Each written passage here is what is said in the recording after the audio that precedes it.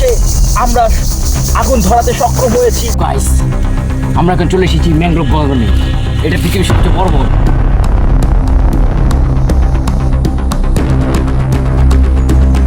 সবচেয়ে বড় একটি বন।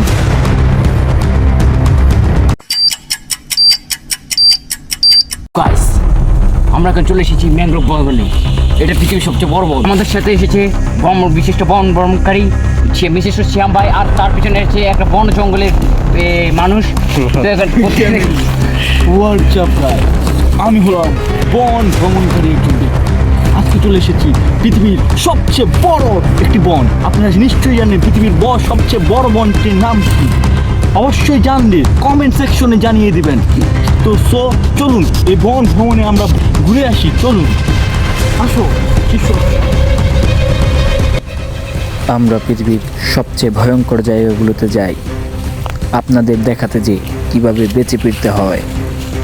আমি সারা বাংলাদেশ ঘুরেছি, এমন জায়গায় মোকাবেলা করেছি যেখানে বাঁচার সঠিক রাস্তা না জানা থাকলে আপনি একদিনও টিকে থাকতে পারবেন না। এখন আমি চাঁদপুরে, বাংলাদেশের সবচেয়ে সুন্দর এবং আর্দ্র পরিবেশের মধ্যে একটি। আপনাদের দেখাতে চাই ভুল সিদ্ধান্ত নেওয়া কত সহজ আর তার ফল কী হতে পারে।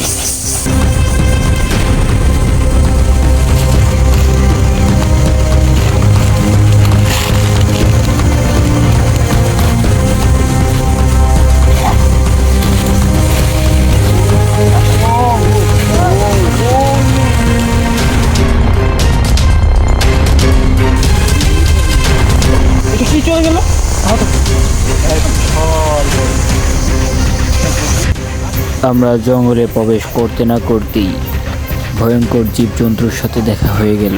যদিও এটি একটি গুইল ছিল, তাই আমাদের সর্বক্ষণিক সতর্ক থাকতে হবে এবং সাবধানে জঙ্গলে পা রাখতে হবে, না হলে আমাদের যে কোনো সময় বিপদ চলে আসতে পারে।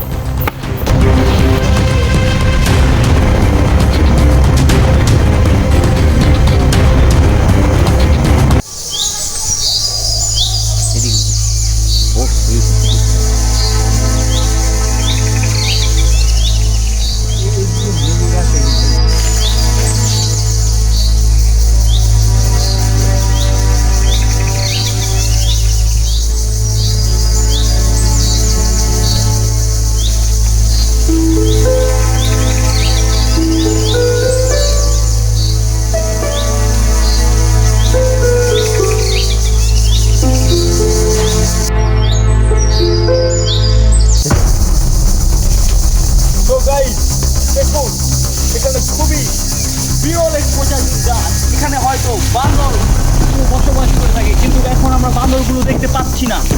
কোথায় তারা গেল, তাদের অনুসন্ধান করতে আমরা অবশ্যই যাব।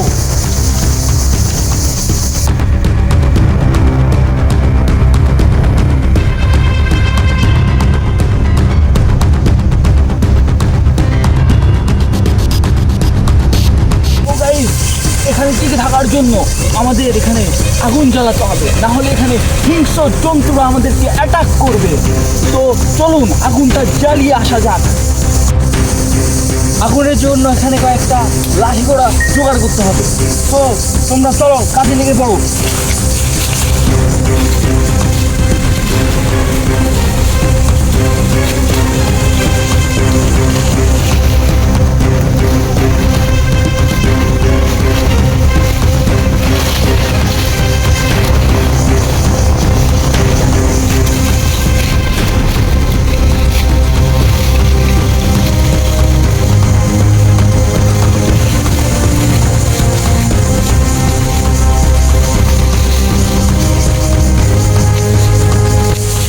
দেখুন, এই শুকনা কাঠটা আমাদের খুবই উপকারে আসবে, কারণ এখানে শুকনা কাঠগুলো আমরা পাচ্ছিলাম না, কিন্তু এই একটি মাত্র শুকনা কাঠ আমরা পেয়েছি, যেটা আমাদেরকে পুরানো সিস্টেমে আগুন জ্বালাতে সাহায্য করবে।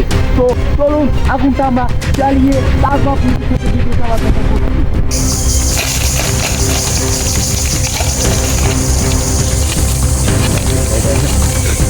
এটা অনেকক্ষণ বসতে হবে, কারণ এটা পুরানো সিস্টেমের আগুন জ্বালাতে একটু সময় লাগে।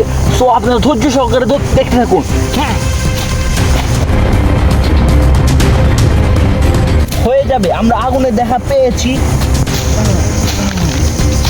দর্শক, আপনারা দেখতে পাচ্ছেন আগুনের দেখা আমরা পেয়েছি। আর কিছুক্ষণের মধ্যে আমরা আগুনটার দেখা পাবো। অবশেষে আমরা আগুন ধরাতে সক্ষম হয়েছি এবং ভয়ঙ্কর জীবজন্তু থেকে আমরা নিরাপদ, এটা আমরা কিছুটা নিশ্চিত হতে পেরেছি। আগুন চালাবো। আগুনের তাপে আমরা টিকতে পারতেছি না, যদিও গরম, কিন্তু আমাদের এখানে টিকে থাকার জন্য, জীবজন্তু থেকে টিকে থাকার জন্য এইটুকু করতেই হবে। এখন এখান থেকে আমরা চলে যাব। এখান থেকে চলে গিয়ে আরেকটা স্থানে অবস্থান করব, যেখানে আমরা আরো ভয়ঙ্কর ভয়ঙ্কর জীবজন্তু দেখতে পাবো। তো চলুন, আপনারাও সেগুলো দেখবেন। তো আমরাও চেষ্টা করে যাব আমাদের তরফ থেকে। তো চলুন। সাফল্য ও ব্যর্থতা অনেক সময় এক যুগে পার্থক্য হয়ে দাঁড়ায়। সামান্য ভুলেও চরম মূল্য দিতে হতে পারে। তাই আমাদের সব সময় সতর্ক থাকতে হবে। দেখুন এখানে কি ভয়ঙ্কর ভয়ঙ্কর গাছ আছে। এখানে এগুলো যদি আমাদের গায়ে লাগে তাহলে আমরা এখান থেকে থাকতে খুবই কষ্টকর হবে। তাই আমরা এই গাছগুলোকে এড়িয়ে চলার চেষ্টা করব। তো এখানে প্রচুর, দেখুন এইগুলোর কাঁটা একবার যদি গায়ে লাগে গায়ের সব চামড়া উঠে যাবে।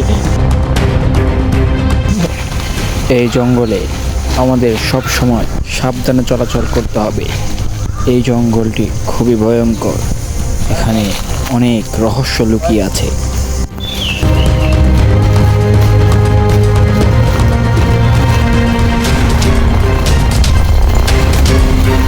এটা কি, এটা কি? এখানে নিশ্চয়ই ডাকাত দলের আস্থানা রয়েছে। কারণ এখানে আমরা ডাকাত দলের কিছু বৈশিষ্ট্য এখানে দেখতে পাচ্ছি।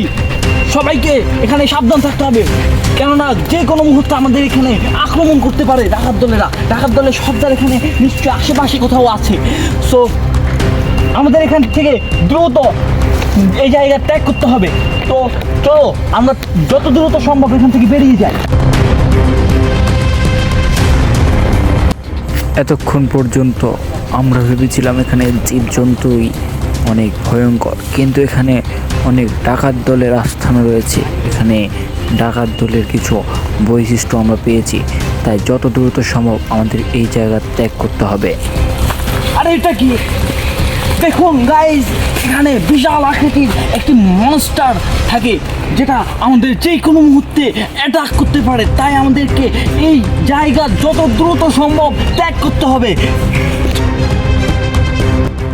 যত সময় পার হচ্ছে তত সময় পর পর এই জঙ্গলটি ভয়ঙ্কর রূপ ধারণ করছে। তাই আমরা এই জঙ্গলে আর বেশিক্ষণ থাকবো না। আমরা যত দ্রুত সম্ভব এইখান থেকে চলে যাওয়ার চেষ্টা করব।